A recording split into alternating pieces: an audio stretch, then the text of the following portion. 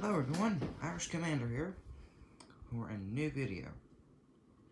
And this is going to be a brand new one, part of a brand new series called Behind the Scenes. So I got inspiration from Panzer King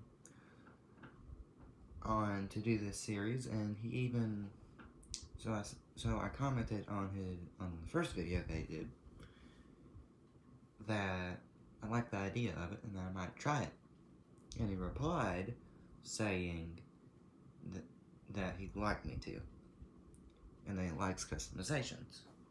So, with that being said, I thought the first video I would do on customizations, or, well, behind the scenes, would be Egypt, and how I added Egypt and, well, to a lesser note, South Africa to the game. So first, a little bit of context on Egypt and South Africa. So, I guess first, we'll go over South Africa. Let's see if I can get a good shot of it. No. Let's go back to Egypt then. So South Africa was like Canada and ANZAC and the FEC. It was like those members of the Commonwealth. They have major autonomy in the Commonwealth, but they had limitations. Like, they were still tied to the British Empire, but they were independent, if that makes sense. They were colonies, essentially. But Egypt is a special case. So every colony within the British Empire had at least some status.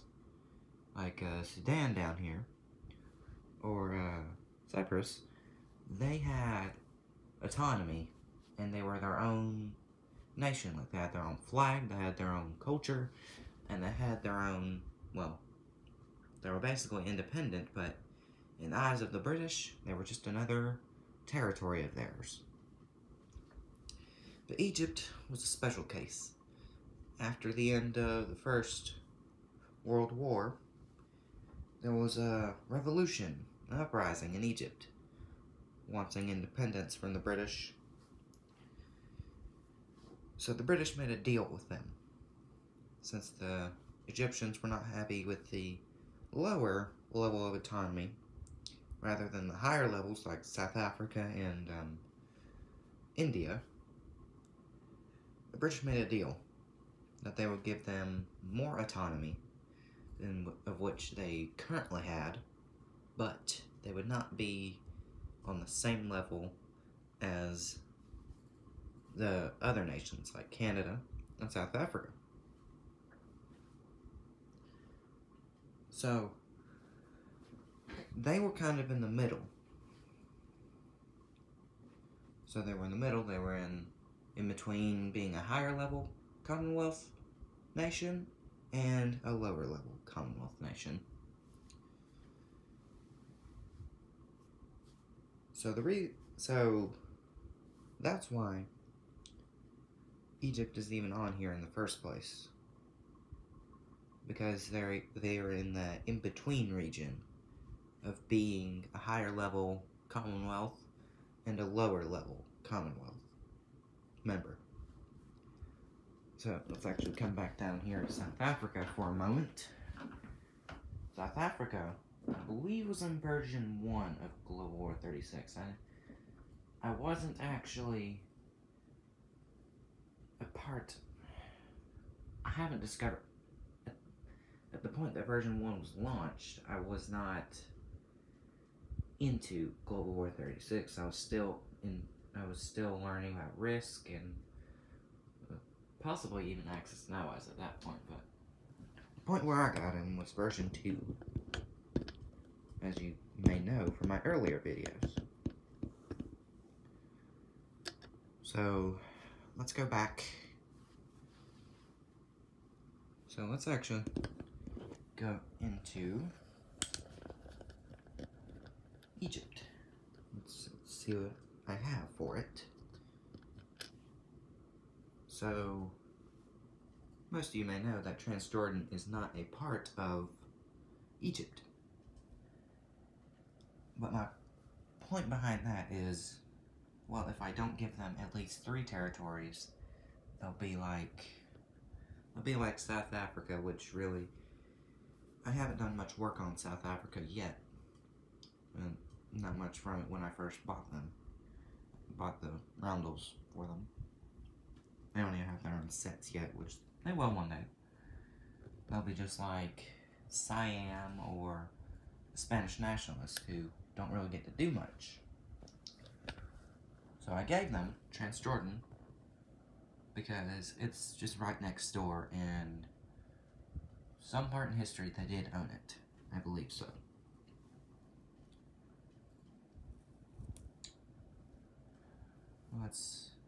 Let me tell you another reason I added Egypt to the game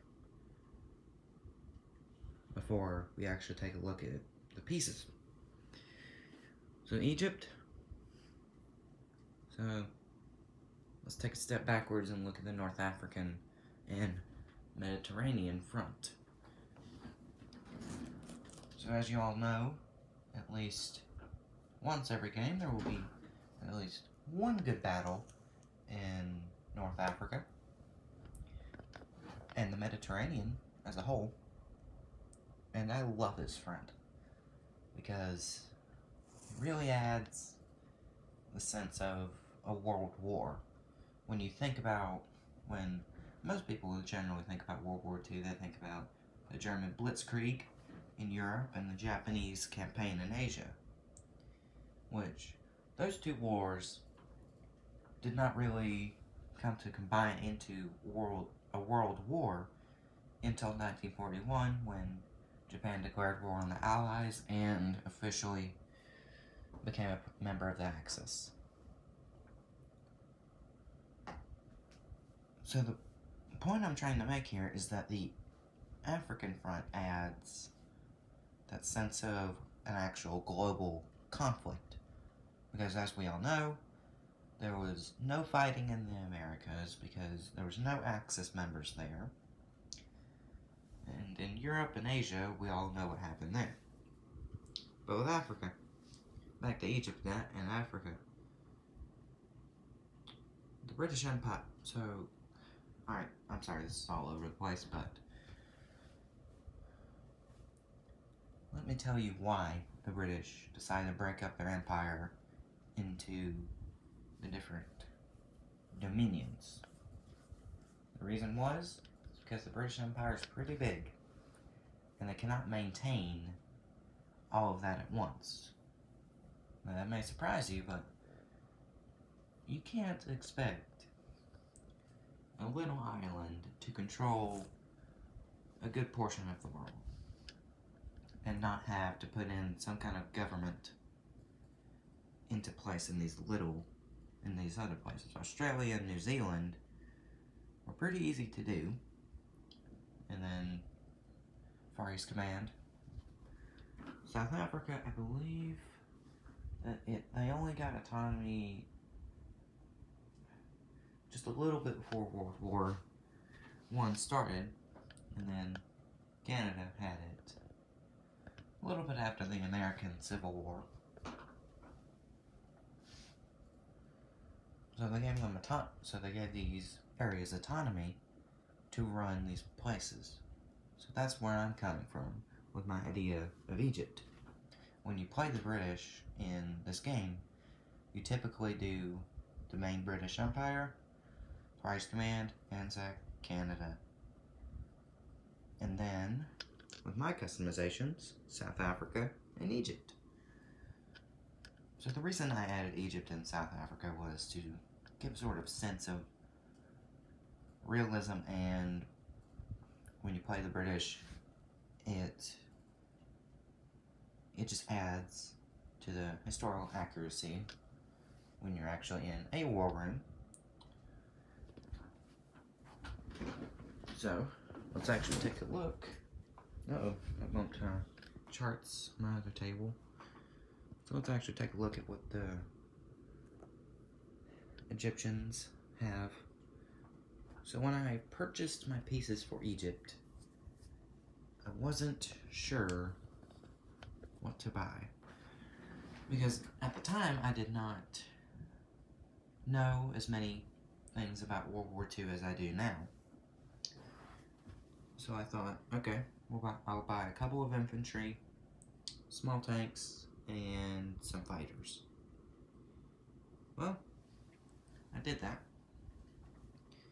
And then I realized there wasn't that many air skirmishes in the area, and it would probably benefit the Egyptians to have a navy and probably be more accurate. And you could actually have a naval battle with the Italians. So, one day that may happen. One day. By my logic, but that's where my logic stands for this game and my ideals. So, in conclusion, the reason that Egypt was added to the game is because to make the British player running the British Empire easier. But looking at South Africa, it really doesn't strike me why I added them, but I suppose I really did add them for the same reason that I added Egypt. And one day they will get their own custom pieces. But anyway, so my next behind the scenes will probably be for my expansion. The expansion sets, because you'll find out why. Anyway, this is Irish Commander, signing off from the unfinished Fallout shelter in the southern United States.